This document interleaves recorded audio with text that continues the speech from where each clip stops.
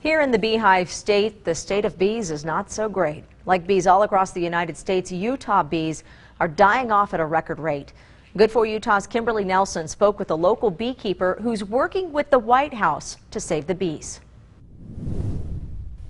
Well, bees routinely die off in the winter months, but in the last decade, they've been dying off in the summer as well. In fact, the White House just released a report last week that said 40% of U.S. honeybee colonies died off last year. Darren Cox's family has been in the bee business for generations. And in the decades that Cox Honey of Utah has been around, they've never seen anything like this. It used to be many years ago that if we had a 5% loss, that would be about our average, and we'd be wondering, okay, we may have done something wrong. And certainly if it hit 10%, we knew that we'd done something wrong. But now bees are dying at a rate of about 40% a year, and they don't know why. We've got a reduced amount of forage, and we've got an increased level of demand. We certainly have more and more pesticides that have a lot hotter chemistries than what we've ever seen. It's not clear if it's the pesticides or the loss of vegetation pollinators need to feed on.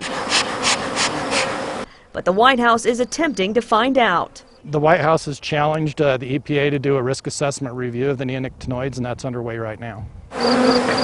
Neonicotinoid is a pesticide that can be absorbed by plant tissue and then transferred to pollen and nectar, which can then be transferred back to the hive. Conclusively, the bee industry has not came out and said that we want a ban of these products.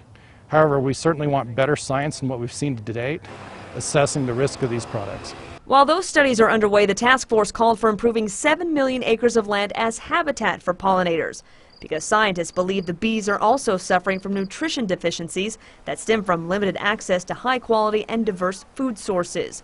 Cox believes saving the bees will likely take a multi-pronged approach, but that we should all take the bee deaths as a serious red flag. There's many other species out there, birds included, and native bees and native pollinators that are also indicating red flags that we need to take notice that something is wrong. Something's different, and we need to plug in to figure out where we can redirect.